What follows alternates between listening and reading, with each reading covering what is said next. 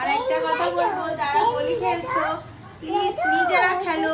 রাস্তায় যারা রয়েছে অবুঝ প্রাণী তাদের গায়ে প্লিজ তোমরা রং দিও না, কারণ রঙে কিন্তু কেমিক্যাল থাকে, ওদেরও ইচিং হয়, তাই না? মানে চুলকানি টাইপের হয়, কষ্ট হয়। আমাদের দেখবি রং মাখার পর খুব চুলকায় মুখে, তো ওদেরও হয়। আমরা এখানেই দেখলাম যে আমাদের এই মানে কিছুটা দূরেই আমার ভাই যাচ্ছে যখন কাজে, তখনও বললো যে আমাদের পাড়ায় একটা কুকুরকে দেখলো পুরো আবিরের রঙে ভূত বানিয়ে দিয়েছে। তো ওটা কেউ করো না, কারণ ওরা তো কিচ্ছু বোঝে না, বলো তো ওই জিনিসটা করো না, খুব বাজে লাগে।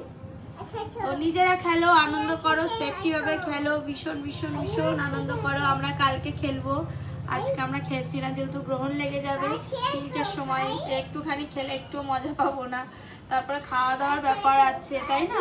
তো আমরা যেহেতু বাঙালি, আমাদের অনেক কিছুই মানতে হয়, তার জন্য আমরা আজকে আর খেলবো না, কালকে যাবো আমরা ওই বাড়িতে, ওই বাড়িতে গিয়ে খেলবো।